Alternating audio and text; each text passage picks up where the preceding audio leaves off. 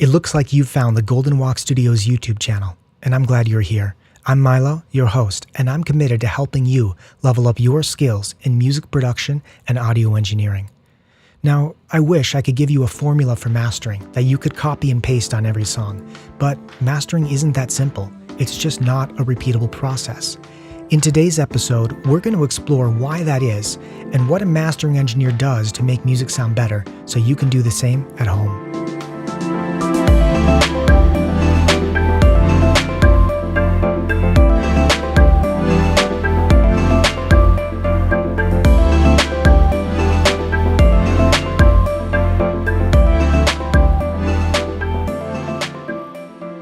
The big misunderstanding. I wanted to share this because there is so much confusion around the internet on what mastering really is. Mastering is making your track loud, or mastering is part of mixing. The engineer always mixes and masters, or mastering is when you put these 6 plugins on your master channel. I can see where the confusion stems from. It's really hard to describe a process that may be different every time, or may occasionally be doing nothing at all. And even the masters of mastering, while giving useful tips on what they do, don't really cover the essence of what mastering actually is in simple terms. But before we start, what isn't mastering? Mastering isn't mixing.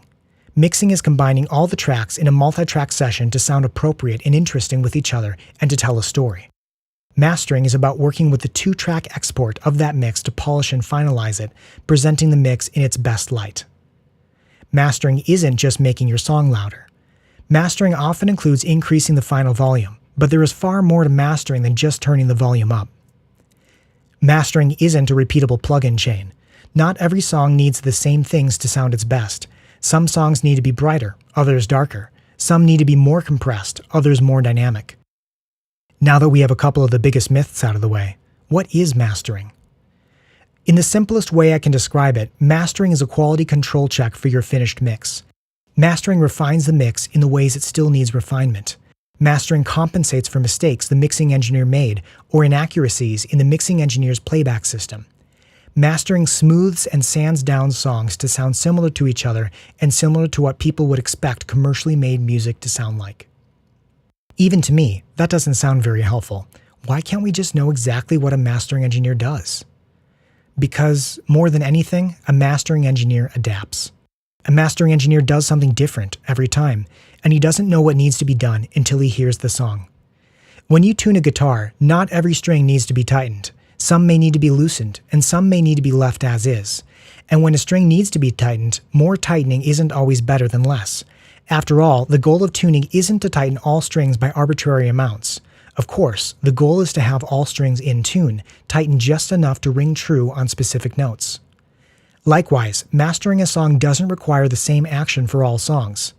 But of course, mastering is more complex than tuning a guitar because a machine can't determine the subjective qualities of what makes a good song in the same way that a machine can determine good tuning, and because mastering covers many variables instead of the one variable per string of tuning a guitar.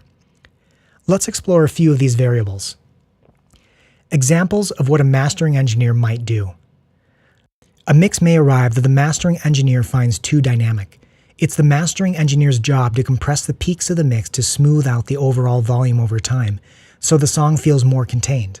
In this case, the mastering engineer will use a compressor or a series of compressors. A mix may arrive that's too compressed. In this opposite scenario, the mastering engineer needs to provide more dynamic range to give the song life and energy. Assuming the compression wasn't too extreme, the mastering engineer can use expansion, the reverse of compression, using a compressor with a ratio of less than 1:1, to bring out peaks and provide punchiness and motion to the track. However, if the mix arrived with far too much compression, expansion won't be a suitable band-aid. The mastering engineer will need to request that the mixing engineer back off on compression, particularly on the mix bus, and then send a new version of the song for mastering with this revision. The mastering engineer may not actually be doing anything to the audio in this case, but he's still doing his job by acting as a quality control check for the music, making sure it doesn't get published with that major flaw. A song may have been mixed by a poor engineer that isn't skilled enough to realize he left a lot of 200 Hz mud in the mix, or a lot of harshness at 6 kHz. That's okay. We're all at different points in our learning curve and are learning things in a different order. The mastering engineer would EQ out the peak at 200 Hz or 6 kHz according to what needs cutting, and boost with EQ if the song needs boosting.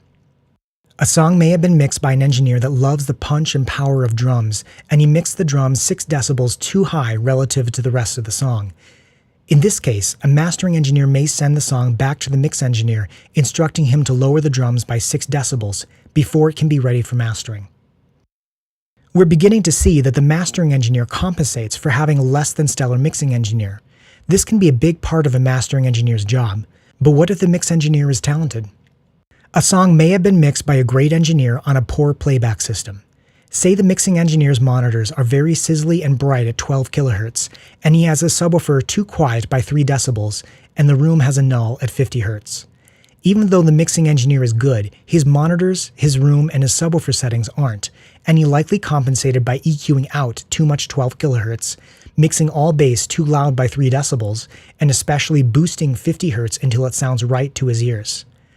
The mastering engineer, in a more carefully treated room with higher caliber speakers, can compensate for these shortcomings by adding frequencies missing at 12 kHz, cutting all bass by 3 decibels, and especially cutting at 50 Hz, bringing the song to a closer degree of perfection and balance. An album of songs may have been mixed by a good engineer, but the songs likely sound different from each other since they were mixed on different days. Some are brighter, others are darker. Some are louder, and others are quieter.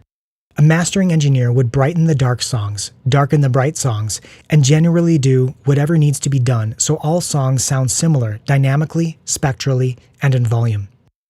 An album of songs may have been mixed by a great engineer and all sound consistent with each other, but they may not spectrally fit with what is appropriate for commercial music. For example, most modern pop music has abundant high frequencies on the drums, synths, and particularly on the vocals. A mastering engineer may spectrally shape each song with EQ to achieve the balance appropriate for the genre of the album.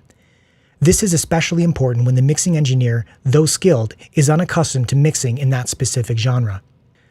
A song may not need EQ or compression, but it might sound a little flat or sterile. A mastering engineer may reach for saturation or an exciter or tape emulation or stereo enhancement to subtly enhance the texture and character of a song. A superb engineer mixing on a great playback system may have introduced all kinds of inaccuracies because he simply heard the song for too many hours. The current mix is emotional for him. The song is connected to him. He no longer has fresh ears for this music, and he may not have fresh ears for it for months. A mastering engineer may have all kinds of problems to fix not because the mix engineer is bad, but because the mix engineer is too close to the song.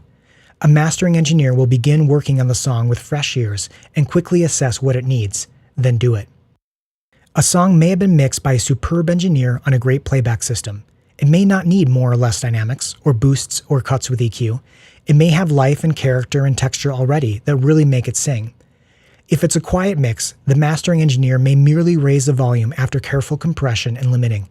Or, if the mix is already loud and has already been carefully compressed and limited, the mastering engineer may merely say, "This song doesn't need anything."